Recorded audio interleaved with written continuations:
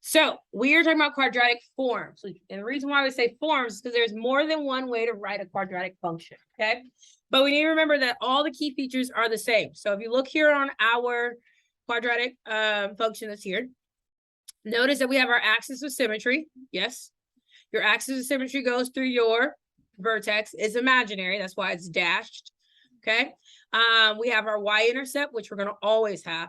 And we have our x-intercept. Okay. Quadratics aren't going to always have two x-intercepts, but they can have up to two x-intercepts. Does that make sense? Okay. Now, what is the shape of a quadratic function called? A parabola. Good job. Parabola, if you need help spelling it. Parabola. I'm waiting for my pen to pop up so I can write. There we go. Okay, that's how you it helps you spell it. Parabola. Parabola. It's a funnier way. You prefer to say parabola now? All right. So with parabolas, it's the shape. It's not what the function is called, right? The function is a quadratic. Got it? All right. So we're going to talk about the different forms. Now, I try to be a paper saver, and I may have made y'all's boxes too little. Sorry. So the best thing it's going to do for you to write diagonally in the box, probably. Or if you write tiny, you'll be fine. No, that's horizontally. Diagonally, right? Like, Yeah, diagonally is like going from one corner to the other corner. Yeah. I was like, what? Oh, so first form of a general, it's going to be standard is y equals ax squared plus bx plus c. That's it. That's all that goes in that box. That's our standard form. Y equals ax squared plus bx plus c. I already warned you that I know I made the box too tiny, but don't come for me.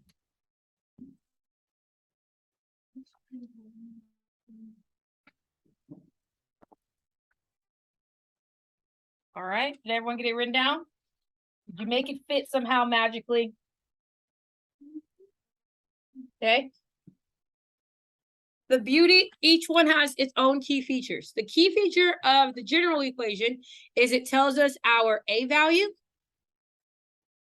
And your A value is going to be the same all across the board. But your A value is telling you whether you have a positive parabola, which means you have a happy parabola, or a negative, which means you have a sad.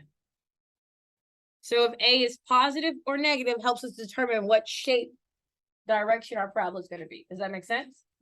All right. The other thing is our C.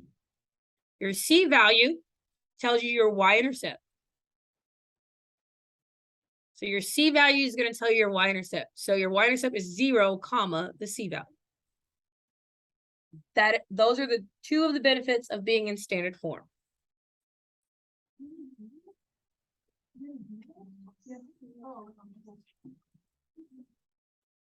Okay. So for example, if I had y equals 2x squared plus x plus 4. Yeah. Yeah. From here, my A tells me that, am I going to have a happy or a sad parabola here? We have happy because A is positive, so we know that this would be like that. Does that make sense? Okay, and also from here, you can tell me my y-intercept. And what is my y-intercept? 0, 4. Okay, questions about the standard form? We're okay? All right, next we're going to go into factored form. So for our factored form, it is y equals a times x minus r times x minus r2.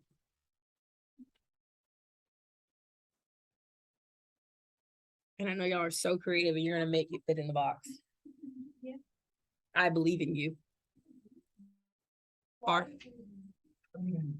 Did you make it in the box? Actually, right? Yeah. Once I try it, Okay. All right, so what again here?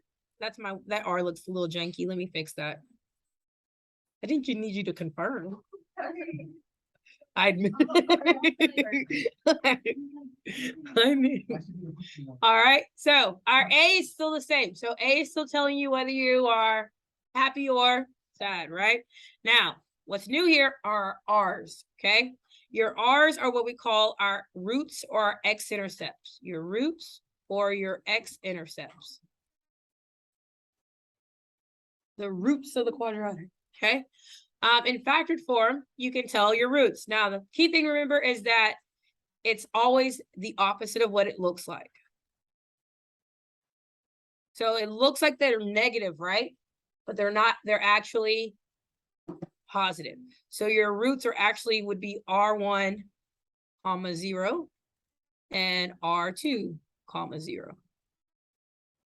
Make that look like a 1 so it doesn't look. So that's where your x-intercepts lie.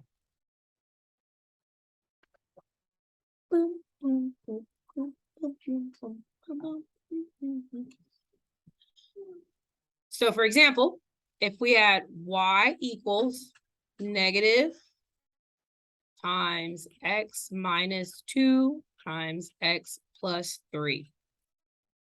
From here, you can tell me what type of parabola do I have. This time I have a negative parabola, so it's a downward facing sad situation. But you also can tell me my roots, okay? And again, it's the opposite. So it looks like it's a negative 2, but it's actually a positive 2. Looks like it's a positive 3, but it's actually a negative 3. And the reason why they're opposites is because imagine you setting it equal to 0. What would x have to be in order for it to equal 0? In this situation, x would have to be a 2 in order to make this equal to 0. In this situation, x would have to be a negative 3 to make it equal to 0. How do you feel about factored form? Good? All right, you feel comfortable reading and taking the information away from it? Okay, what's not really? I was doing the opposite. Because when you're finding your x-intercept, that means that you're taking this and setting it equal to 0. So if I'm looking for my x-intercept and I'm setting this equal to 0, what would x have to be in order to make this equal to 0? It would have to be a positive 2. What would x have to be here in order for them to make this equal to 0? It would have to be a negative 3, right? Because they're the opposite of each other. Negative 3 plus 3 is 0. If I had a positive 3, would it equal 0? No, it would equal 6. Okay, the goal for x-intercept is that the y equals what? 0. And what would I have to plug in order for my y to equal 0? Is what you're calculating. So that's why in quotations, if you think about it as opposites, then you save yourself the trouble of with a little bit of math. Okay. All right, last but not least is vertex form. Vertex form is, not that. Y equals A times X minus H squared plus K.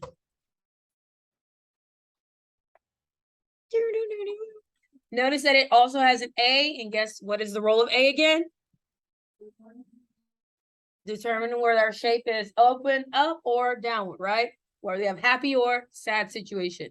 A does not change. It's the same meaning across each form. Okay. All right, but H and K, hello, welcome to the game, right? H and K is your vertex. Okay, it's your vertex.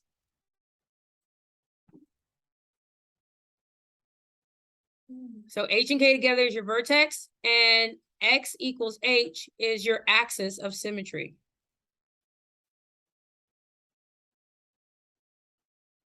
I'm going to just stop spelling that. I'm run out of room.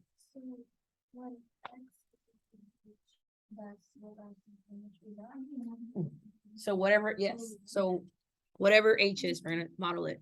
All right. The good thing to remember here is, again, it's always the opposite. I like to say that your X's are liars. That's why they're X's. Okay. So here it looks like it's a negative, but it's actually a positive. Okay. So let's try one. So we have Y equals 3 times x plus 4 squared minus 3. So first we're going to identify our vertex. What is our vertex? -4 what? -4, -3. Why lie? Y doesn't lie. Y is cool. Only x is lie. Okay, and then therefore, Yep, all cheaters. There you go. And so therefore, what is our axis of symmetry? Your axis of symmetry is your h, so it's -4. And that's your axis of symmetry. And those are our 3 forms that we'll be using. Axis of symmetry. All right, how do we feel? Introduction, we're good? All right. This will be our stopping point.